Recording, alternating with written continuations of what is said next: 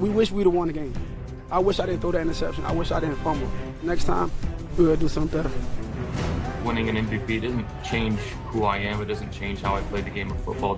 When we come back, I feel like we're going to have vengeance on our mind. But we're going to have to see. Jackson smashes a man. They're not going to get him. Are you kidding me? The scoring machine. Set the tempo. It's us. Let's go. Give us more of that matchup any day of the week. Oh, it's NFL Sunday. We got our coach, Herm Edwards, joining the program. Coach, fantastic to see you. Let's get right to it. Lamar Jackson taking on Josh Allen. Came down to the wire in that playoff game. Why is international espionage a must this time around, huh? Well, you think about both these quarterbacks, their ability to extend plays. So on defense, you're going to have to allow a player to be a spy player. We call him a spyer, right? When you rush 4, he might drop back to make sure if the quarterback leaves the pocket, you can tackle him. If you rush 5, one of those guys is going to become a spy player. But here comes the problem when you have a spy player. With Lamar Jackson, you better have a spy player that can run because Lamar Jackson can run fast. And if it's Josh Allen you're spying on, you better have a guy that can tackle well because Josh Allen is 6'5", 250 pounds. So you're going to have a problem if you don't have the correct spy athlete. It's the Ravens, it's the Bills. It's now MVP versus MVP. That being said, in your estimation, who wins tonight? Oh, boy, I hate picking against Buffalo at home, but I'm going to go with the Ravens because of their size. Derrick Henry, obviously, big runner. They're a physical football team. This is a payback for them. Mark Andrews is a big tight end. He's at 6'5", 250. And then you got D-Hop, the new acquisition at receiver. He's a big fella, too. So I just think the tackling of these athletes is going to be tough on the Buffalo Bills defense. A heavyweight fight. It's the Ravens and Bills tied for the shortest odds to win the championship, according to ESPN Bet. Coach is sticking around throughout the rest of the show. We're going to see him in just a second. Yeah. All right, we're going to keep it in Charlotte. We got the Panthers and we got the Jaguars. A little cat fight today down in Florida. Panthers, Jags, banks of the St. Johns River. It's Travis time for the Jags. A highly anticipated debut for the second overall draft pick. It's a debut for Travis Hunter that is worthy of that anticipation. Will the two-way Heisman Trophy winner actually play on both sides of the ball? Van Graziano sitting down with the man himself this week. What kind of quarterback is Trevor Lawrence to work with? Great quarterback. He wants stuff his ways, is what he likes, and his feels for it. I adjust to him, for the most part, to make sure I'm in the right spot for him. Your wide receiver room is very young overall, but Brian Thomas was a first-round rookie last year, so he had a similar kind of experience. How much has he helped you with this transition to the everything. Him and Diami and Parker and my coach EB, they help me with everything. Liam is always in my ear and trying to help me, guide me to do the right thing at all times. Even when I mess up, they coming right to me and let me know how I messed up, what can I do to fix it. So I've had great teammates and have a great organization that's there to see me win. And you can catch that full conversation on Sunday NFL Countdown at 10 a.m. Eastern. You can catch Herm Edwards with us right now. Coach Adam Schefter reporting this morning, Jacksonville plans to use Travis Hunter as a quote-unquote every down wide receiver and situational corner today. How would you use him in his debut? Use him as an everyday corner and a part-time wide receiver, but I can see why they put him on offense. This offense was 26th in scoring, only scoring 18 points a game, so they need a little jump start. And having him, obviously, and Thomas at the receiver core, that gives you players that are dynamic with the ball in their hand. So, look, I'm not going to second-guess coaches. Look, he's a great athlete, and I just think that is right. As he's going to play receiver, let him play some on defense, maybe third down, 2-minute situations, because he can't play a whole game on both sides of the ball. Yeah, maybe obvious passing downs as well, like you said. Now, elsewhere in that AFC South, coach, that division has Cam Ward making his debut for Tennessee. So what are reasonable expectations here for the top overall pick this season? Well, I think he's a fantastic player. The problem is, don't get behind in Denver. If I can recall, Denver led the league last year in sacks. They had 63 of them.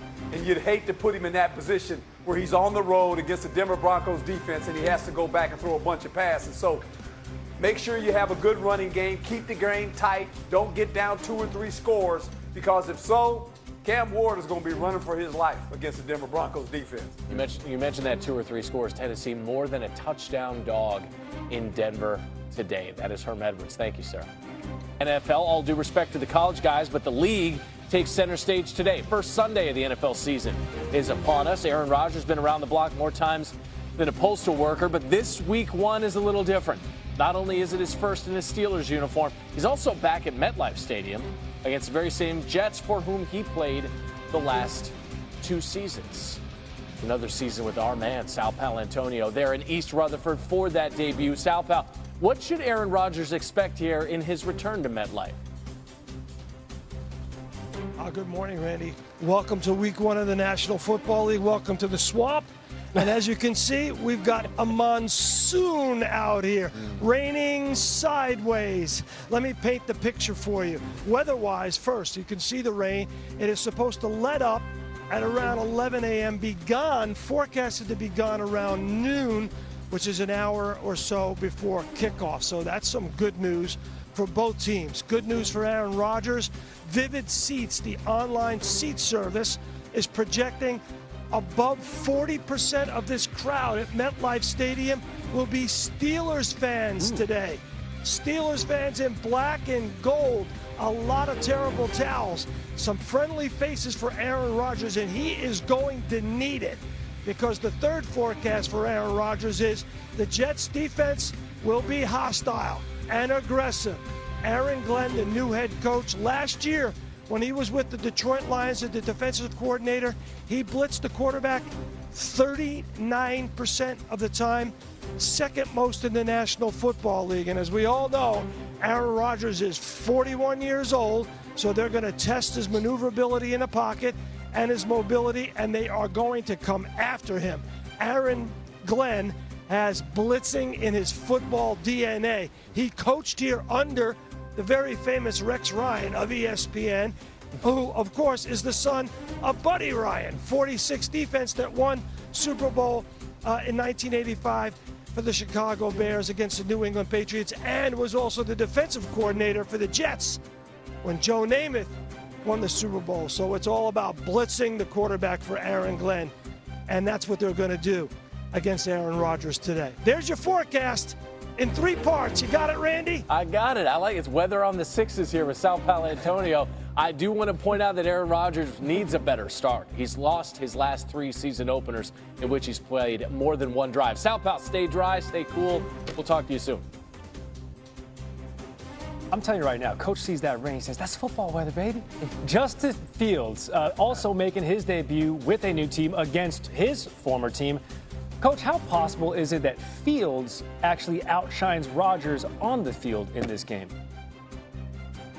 Well, I don't know that so much, but I know Justin Fields, they have to create this offense to his strength, and what he can do well, he can run the football. So I can see some read option stuff, and I can see the Jets trying to take some air out of the football to give Fields the ability to set up and throw some play-action passes off the RPO reads. But I don't know if he outshines Aaron Rodgers because, Aaron Rodgers is a pretty good quarterback. But I see this with Justin Fields. That's what worries you about Justin Fields, his ability to tuck the ball and run. He don't run for 5 yards. He can run for touchdowns. Yeah, he opened the season last year starting for the Steelers and actually got him off to a pretty hot start. Mike Tomlin has made the playoffs in 12 of his 18 seasons, has never had a losing record. We all know that. But to what extent are you buying that this Steelers roster is a playoff team? You just mentioned it. Mike Tomlin can make the playoffs with any quarterback. The reason Aaron Rodgers is there is for one reason only. To upgrade this pass offense. They were dismal last year when you think about the Pittsburgh Steelers. Not very good. They were 27th in pass offense. He's there to do what? To get the ball to this guy, DK Metcalf. Did we forget about him? That could be a nice combination. DK Metcalf going deep with Aaron Rodgers throwing the football. This is what the Pittsburgh Steelers have to do. Remember, they're in a division with the Cincinnati Bengals, Lamar Jackson. Well, I'm not going to mention Cleveland right now, but those are the 2 teams that they have to deal with, and they have really good offenses. Coach still has his fastball. It's only week 1. ESPN project.